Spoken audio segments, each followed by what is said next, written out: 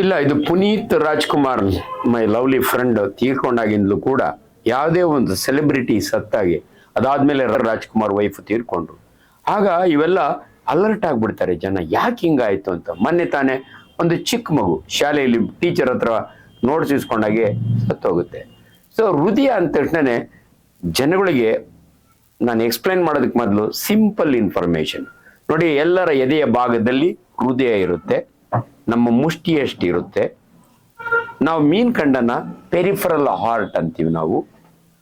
ಹೃದಯ ನಿಮ್ಗೆಲ್ರಿಗೂ ಗೊತ್ತಿದ್ದಂಗೆ ರಕ್ತವನ್ನ ದೇಹದ ಪ್ರತಿ ಭಾಗಕ್ಕೂ ಪಂಪ್ ಮಾಡಿ ಕಳಿಸುತ್ತೆ. ಅದು ಹೃದಯದ ಕೆಲಸ. ಈ ಹೃದಯಕ್ಕೆ ಏನೆಲ್ಲ ಆಗ್ಬೋದು ಅಂದ್ರೆ, ನೀವು ಕೇಳೇ ಇರ್ತೀರಿ, ಅವ್ರಿಗೆ ಹಾರ್ಟ್ ಅಟ್ಯಾಕ್ ಆಗಿ ಸತ್ತೋದ್ರಂತೆ, ಇವ್ರಿಗೆ ಹೃದಯ ಸ್ತಂಭನ ಆಯ್ತಂತೆ, ಇವರಿಗೆ ಹಾರ್ಟ್ ಫೇಲ್ಯೂರ್ ಆಯ್ತಂತೆ. ನಾನು ಕಾರ್ಡಿಯಾಲಜಿಸ್ಟ್ ಅಲ್ಲ, ಆದರೆ ಒಬ್ಬ ಟೀಚರ್ ಇನ್ ಮೆಡಿಕಲ್ ಕಾಲೇಜ್, ಇವ್ಗೆ ನಿಮ್ಗೆ ಸ್ಪಷ್ಟ ಮಾಹಿತಿ ಕೊಡ್ತೀನಿ ನಾನು. ಹಾರ್ಟ್ ಅಟ್ಯಾಕ್ ಅಂದ್ರೆ ಹೃದಯಕ್ಕೆ ರಕ್ತನಾಳ ಬ್ಲಾಕ್ ಆಗುತ್ತೆ. ನಿಮ್ಗೆ ಈಸಿಲಿ ಅರ್ಥ ಆಗ್ಬೇಕು ಅಂದ್ರೆ ನೋಡಿ, ನಾನು ಬೆಲ್ಡ್ ಪಿಂಕ್ ಇದೆ, ಇದಕ್ಕೊಂದು ರಬ್ಬರ್ ಬ್ಯಾಂಡ್ ಹಾಕಿ ಬಿಟ್ಬಿಡ್ತೀನಿ. 4 hours ಆದ್ಮೇಲೆ ಇದು ಕಪ್ಪಗಾಗುತ್ತೆ. ಅದನ್ನ ನಾವು ಗ್ಯಾಂಗ್ರೀನ್ ಅಂತೀವಿ, ಸತ್ತೋಗುತ್ತೆ. ಯಾಕೆ ಸತ್ತೋಗುತ್ತೆ? ಇದು ಬದುಕಬೇಕಾದ್ರೆ ಇದಕ್ಕೆ ನ್ಯೂಟ್ರಿಷನ್ ಬೇಕಂದ್ರೆ ಕಾರ್ಬೋಹೈಡ್ರೇಟ್, ಶುಗರ್ ಬೇಕು, ಆಮೇಲೆ ಆಕ್ಸಿಜನ್ ಬೇಕು. ಇವೆರಡೂ ರಕ್ತ ಕ್ಯಾರಿ ಮಾಡ್ತಾ ಇರುತ್ತೆ. ಯಾವಾಗ ನಾನು ಬಂದ್ ಮಾಡಿದ್ನೋ 4 ಗಂಟೆಗೆ ಸತ್ತೋಗುತ್ತೆ. ನೋಡಿ, ನಿಮ್ಮ ದೇಹದಲ್ಲಿ 655 ಈ ರೀತಿಯ ಮಾಂಸಖಂಡಗಳಿದ್ದಾವೆ. ಆದರೆ ಒಂದು ಸ್ಪೆಷಲ್ ಮಸಲ್ ಮಯೋಕಾರ್ಡಿಯಂ ಅಂತೀವಿ ನಾವು, ಹೃದಯದ ಮಸಲ್ಲು ಬಹಳ ಸೆನ್ಸಿಟಿವ್ ಮಸಲ್. ಇಲ್ಲಿ ಏನ್ ನಾನು ರಬ್ಬರ್ ಬ್ಯಾಂಡ್ ಹಾಕಿ 4 hours ಸತ್ತೋಯ್ತಲ್ಲ, ನಿಮ್ಮ ಹೃದಯಕ್ಕೆ ರಕ್ತನಾಳ ಇರುತ್ತೆ, ಬೆರಳಿಗೆ ಹೆಂಗಿರುತ್ತಲ್ಲ ಹಂಗೇನೆ. ಅದನ್ನ ನಾವು ಕರೋನರಿ ವೆಸಲ್ಸ್ ಅಂತೀವಿ. ಹಾರ್ಟ್ ಕೆಲಸ ಮಾಡ್ಬೇಕಾದ್ರೆ ಅದಕ್ಕೆ ಊಟ ಬೇಕು, ಅದನ್ನೇ ನಾವು ನ್ಯೂಟ್ರಿಷನ್ ಅಂತೀವಿ.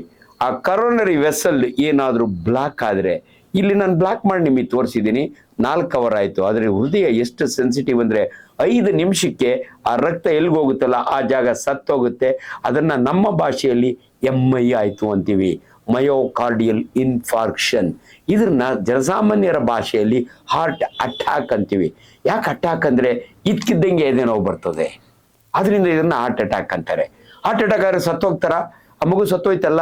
ಇಲ್ಲ, ಎದುರ್ಕೋಬೇಡಿ. ಹಾರ್ಟ್ ಅಟ್ಯಾಕ್ ನಲ್ಲಿ ಬೇರೆ ಬೇರೆ ವೆರೈಟಿ ಇದೆ. ಅದಕ್ಕೆ ಹಾರ್ಟ್ಗೆ 3 ವೆಸಲ್ ಇರ್ತವೆ, ಕರೋನರಿ ವೆಸಲ್ ಅಂತೀವಿ. ಒಂದೇ ಒಂದು ಬ್ಲಾಕ್ ಆಯ್ತು ಅಂದ್ರೆ ಒಂದಷ್ಟು ಅಗಲ ಸತ್ತೋಗುತ್ತೆ, ಅವನಿಗೆ ಎದೆ ನೋವು ಬರುತ್ತೆ, ತಕ್ಷಣ ಹಾಸ್ಪಿಟ್ಲಿಗೆ ಕರ್ಕೊಂಡು ಹೋಗ್ತಾರೆ. ಅವನಿಗೆ ಟ್ರೀಟ್ಮೆಂಟ್ ಕೊಟ್ಟು ಆಂಜಿಯೋ ಮಾಡಿ ಅವನ್ನ ಉಳಿಸ್ಬೋದು. ಆದ್ರೆ 3 ವೆಸಲ್ಲು ಬ್ಲಾಕ್ ಆಗ್ಬಿಡ್ತು ಒಂದೇ ಸಾರಿ ಅಂದ್ರೆ ಮ್ಯಾಸಿವ್ ಹಾರ್ಟ್ ಅಟ್ಯಾಕ್ ಅಂತೀವಿ. ಅವಾಗ ಹಾಸ್ಪಿಟ್ಲಿಗೆ ಹೋಗೋಕ್ಕೂ ಸಮಯ ಸಿಗಲ್ಲ. ನಮ್ಮೂರಿನ ಅಪ್ಪ ಹೆಣ್ಣೋರು ಮನೆ ತಾನೇ ರಾಜಕೀಯ ಧುರೀಣರು, ಹೊಲಕ್ಕೆ ಹೋಗಿ ಬಂದಿರ್ತಾರೆ, ರಾತ್ರಿ ಮಲ್ಕೊಳ್ತಾರೆ, ಬೆಳಗ್ಗೆ ಎದ್ದೊಳೋದೇ ಇಲ್ಲ. ಇದನ್ನ ನಾವು ಮ್ಯಾಸಿವ್ ಹಾರ್ಟ್ ಅಟ್ಯಾಕ್ ಅಂತೀವಿ. ಅದಕ್ಕೆ ಕಾರಣಗಳು ಇರ್ಬೇಕಲ್ಲ, ಎಲ್ರಿಗೂ ಯಾಕೆ ಆಗಲ್ಲ? Very simple. ಈ ರಕ್ತನಾಳ ಹಾಕ್ಬೇಕಾದ್ರೆ ನಾನು ಸುಮ್ಮನೆ ನಿಮ್ಗೆ ಒಂದು ಇನ್ಫಾರ್ಮೇಶನ್ಗೆ ರಬ್ಬರ್ ಬ್ಯಾಂಡ್ ಹಾಕ್ತೆ, ದೇವ್ರೇನು ರಬ್ಬರ್ ಬ್ಯಾಂಡ್ ಹಾಕಲ್ಲ. ಆದ್ರೆ ನಾನು ಹೊರಗಡೆಯಿಂದ ಬ್ಲಾಕ್ ಮಾಡಿದ್ದೀನಿ, ಆದ್ರೆ ರಕ್ತನಾಳಗಳು ಒಳಗಡೆಯಿಂದ ಬ್ಲಾಕ್ ಆಗ್ತವೆ. ರಿಸಲ್ಟ್ ಸೇಮ್, ಎರಡು ಒಂದೇ ಎಫೆಕ್ಟ್. ಒಳಗಡೆಯಿಂದ ಯಾಕೆ ಬ್ಲಾಕ್ ಆಗ್ತವೆ ಅಂದ್ರೆ, ಈ ಪೈಪ್ ನೋಡಿ ಇಷ್ಟಗಲ ಇರುತ್ತೆ, ಮುಟ್ಟದಾಗೆ ಆ ಆರ್ಟ್ರಿ ಹಿಂಗಿರುತ್ತೆ, ಬರ್ತಾ ಬರ್ತಾ ಇದ್ರೊಳಗೆ ಆರ್ಟ್ರಿ ಸೈಜ್ ಹಂಗೆ ಇರುತ್ತೆ, ಇದ್ರೊಳಗೆ ಡಿಪಾಸಿಟ್ ಆಗುತ್ತೆ ಕೊಲೆಸ್ಟ್ರಾಲ್ ಅಂತೀವಿ ನಾವು. ಆ ಕೊಲೆಸ್ಟ್ರಾಲ್ ಪ್ಲೇಕು ಆಗಿ ಆಗಿ ಅದ್ರ ಲೂಮೆನ್ ಒಳಗೆ ರಕ್ತ ಹರಿಯೋದು ಕಡಿಮೆ ಆಗುತ್ತೆ. ಕಾಲುವೆ ಒಳಗೆ ಕೆಸರು ಸೇರ್ಕೊಂಡಂಗೆ ಹೂಳು ತೆಗಿತಾರಲ್ಲ, ಬಾವಿ ಒಳಗೆ ಹೂಳು ತೆಗಿತಾರಲ್ಲಕ್ಕೆ ಹಂಗೆ ಆಗಿಂದಾಗೆ ಈ ಹೂಳು ತೆಗಿಬೇಕು, ಅಥವಾ ಹೂಳು ಸೇರ್ಕೊಂಡಂಗೆ ನೋಡ್ಕೋಬೇಕು. ಇದನ್ನೇ ಕೊಲೆಸ್ಟ್ರಾಲ್ ಅನ್ನೋದು. ಹೂಳು ಸೇರ್ಕೊಳ್ಳದಂಗೆ ನೋಡ್ಬೇಕು ಅಂದ್ರೆ ಚಿಕ್ಕ ವಯಸ್ಸಿನಿಂದ, ಹಳೆ ಕಾಲದಾಗಿತ್ತು ಮಕ್ಕಳು ಚಬ್ಬಿ ಆಗಿರ್ಲಿ ಅಂತ, ದಯವಿಟ್ಟು ಗಮನವಿಡಿ. ಕೊಲೆಸ್ಟ್ರಾಲ್ ದೊಡ್ಡವರಿಗೆ ಮಾತ್ರ ಅಲ್ಲ, ಚಿಕ್ಕ ಮಕ್ಕಳಿಂದ ಶುರುವಾಗುತ್ತೆ. ಅದನ್ನ ನಿಮ್ಮ ಮಕ್ಕಳಿಗೆ ತುಂಬಾ ವೆಯ್ಟು ಸಿಕ್ಕಾಪಟ್ಟೆ ತಿಂತಾರೆ, ಭಾರಿ ಖುಷಿ ಪಡ್ತಾರೆ ಜನ, ನನ್ನ ಮಗ ಚಬ್ಬಿಯಾಗಿದ್ದಾನೆ ಚೆನ್ನಾಗಿ ತಿಂತಾನೆ. ದಯವಿಟ್ಟು ಅದು ಬೇಡ. ಸೊ ಕ್ಯಾಲರಿ ಕಡಿಮೆ ಮಾಡ್ಬೇಕು. ಕ್ಯಾಲರಿ ಕಡಿಮೆ ಮಾಡಬೇಕು ಅಂದ್ರೆ ಆದಷ್ಟು ಸ್ವೀಟ್ಸು, ಜಂಕ್ ಫುಡ್, ಅದು ಈಚೀಚೆಗೆ ನೀವು ಪದ ಕೇಳ್ತಿರ್ತೀರಿ. ಜಂಕ್ ಫುಡ್ ಅಂದ್ರೆ ಸೊಪ್ಪು ತರಕಾರಿ ಇಲ್ದಿರೋ ಫುಡ್. ಸೊಪ್ಪು ತರಕಾರಿ ಇದೆಯಲ್ಲ, ಇಟ್ಸ್ ಎ ವಂಡರ್ಫುಲ್ ಫುಡ್, ದೇವ್ರು ಕೊಟ್ಟಿರೋ ಆಹಾರ ಅದು. ಅದು ಬಿಟ್ಬಿಟ್ಟು ನೀವು ಮೈದಾ ಒಳಗೆ ಮಾಡಿರೋ ರುಚಿ, ಯಾಕಂದ್ರೆ ಸೊಪ್ಪಿನ ಸಾರು, ಸೊಪ್ಪಿನ ಪಲ್ಯ ಮಾಡಿದ್ರೆ ಅಮ್ಮ ತಿನ್ನಲ್ಲ, ಯಾಕಂದ್ರೆ ಅದು ರುಚಿ ಇಲ್ಲ. ಅದೇ ಹೋಗಿ ಹಾಟ್ ಚಿಪ್ಸು ಇಂಥವು ತಗೋತಾರೆ. ನಿಮ್ಮ ಮಕ್ಕಳಿಗೆ ಚಿಕ್ಕ ವಯಸ್ಸಿನಿಂದ ಕೊಟ್ರೆ ದೊಡ್ಡವರಾದ್ಮೇಲೆ ಹಾರ್ಟ್ ಅಟ್ಯಾಕ್ ಆಗುತ್ತೆ. ಆದ್ರೆ ನಮ್ಮ ಮಗು 3 ವರ್ಷ ಅಲ್ಲ ಡಾಕ್ಟ್ರೆ, ಯಾಕೆ ಹಾರ್ಟ್ ಅಟ್ಯಾಕ್ ಆಯ್ತು ಅಂದ್ರೆ ದಯವಿಟ್ಟು ತಿಳ್ಕೊಳ್ಳಿ. ಏನೇ ಸತ್ತೋಗ್ಲಿ ಸಡನ್ ಆಗಿ ಎಲ್ಲರೂ ಹಾರ್ಟ್ ಅಟ್ಯಾಕ್ ಅಂತಾರೆ. ಮೀಡಿಯಂದವರು ಅದೇ ಅಂತಾರೆ, ಮೀಡಿಯಾದವರು ಅದೇ ಅಂತಾರೆ, ಸಾಮಾನ್ಯ ಜನರು ಹಂಗೆ ಅಂತಾರೆ. ಆದರೆ ಮಕ್ಕಳಿಗೆ ಹಾರ್ಟ್ ಅಟ್ಯಾಕ್ ಆಗೋದು ಅಪರೂಪದಲ್ಲಿ ಅಪರೂಪ. ಮಕ್ಕಳಿಂದ ಶುರುವಾಗಿ ದೊಡ್ಡವರಾದ್ಮೇಲೆ ಆಗ್ಬೋದು. ಈಚೆಗೆ ನೀವು ಸಾಫ್ಟ್ವೇರ್ ಇಂಜಿನಿಯರ್ 33 ವರ್ಷ ಅವ್ರ ಅಪ್ಪ ಕರ್ಕೊಂಬರ್ತಾನೆ ಹಾರ್ಟ್ ಅಟ್ಯಾಕ್ ಆಗಿದೆ ಮಗನಿಗೆ ಅಂತ.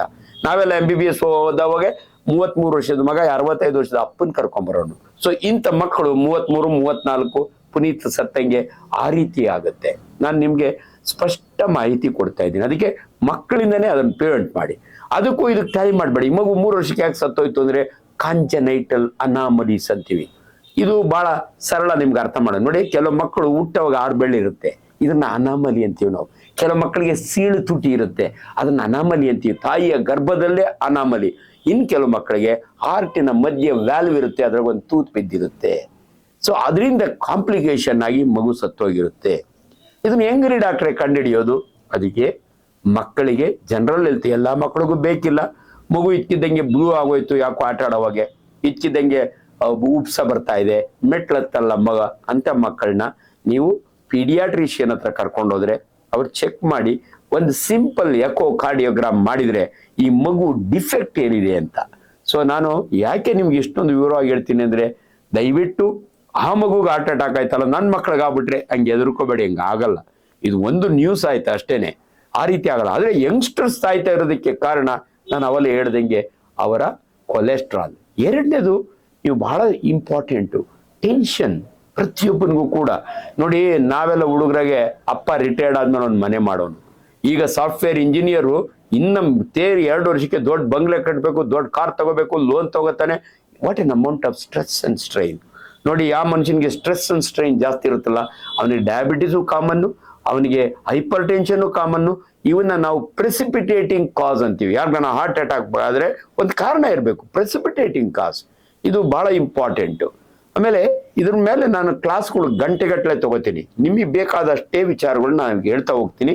ಇದೊಂದಾಯ್ತು. ಸೊ ಹಾರ್ಟ್ ಅಟ್ಯಾಕಿಗೆ ಮೇನ್ ಕಾರಣ ನಿಮ್ಮ ಟೆನ್ಷನ್ನು, ನಿಮ್ಮ BP, ನಿಮ್ಮ ಬ್ಲಡ್ ಶುಗರ್ ಅವೆಲ್ಲ ಬೇಗ ಶುರುವಾಗ್ತವೆ ನೀವು ಟೆನ್ಷನ್ ಜಾಸ್ತಿ ಇದ್ರೆ. ಆಮೇಲೆ ಊಟ ನೋಡಿ ಬಹಳ ಇಂಪಾರ್ಟೆಂಟು. ಹಿರಿಯರು ಎಷ್ಟು ಚೆನ್ನಾಗಿ ಹೇಳೋರು ಅಂದ್ರೆ, ಊಟ ಬಲ್ಲವನಿಗೆ ರೋಗವಿಲ್ಲ. ಎಷ್ಟು ಆರಾಮಾಗಿ ಕೂತು ಉಣ್ಣೋರು, ಎಲ್ಲ ತುತ್ತು ಹಾಕೊಂಡು ಮಾತಾಡ್ಕೊಂಡು ಎಂಜಾಯ್ ಮಾಡೋರು.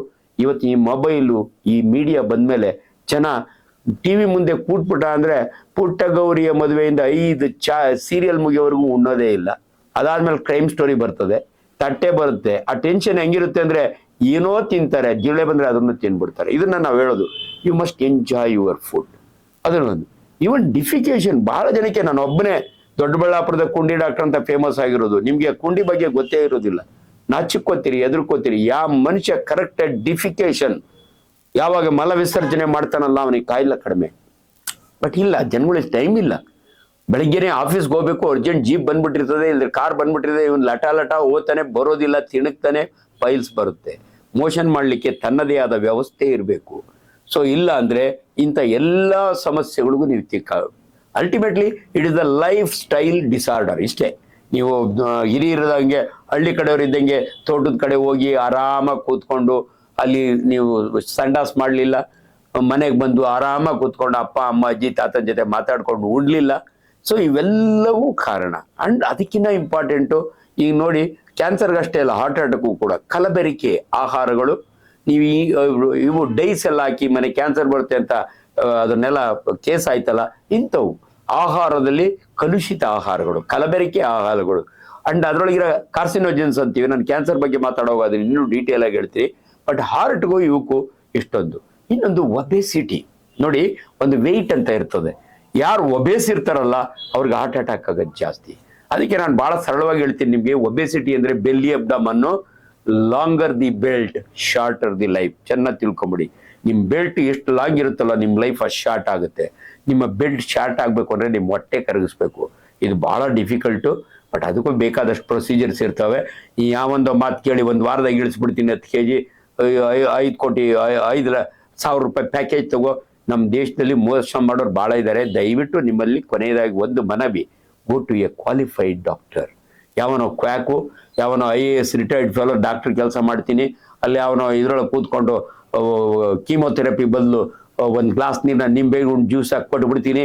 ಇಂಥ ಮಾತನ್ನು ನಂಬೇಡಿ. ನೀವು ವಿದ್ಯಾವಂತರಿದ್ದೀರಿ, ವಿದ್ಯಾವಂತರು ಅಲ್ದಿದ್ರು ಕೂಡ ನಮ್ಮಂತ ವಿದ್ಯಾವಂತರ ಮಾತನ್ನು ಕೇಳಿ. ಯಾಕಂದ್ರೆ ನನ್ನ ಬಾಯಿಂದ ಬಂದ್ರೆ ಶಂಖದಿಂದ ತೀರ್ಥ ಬಂದಂಗೆ.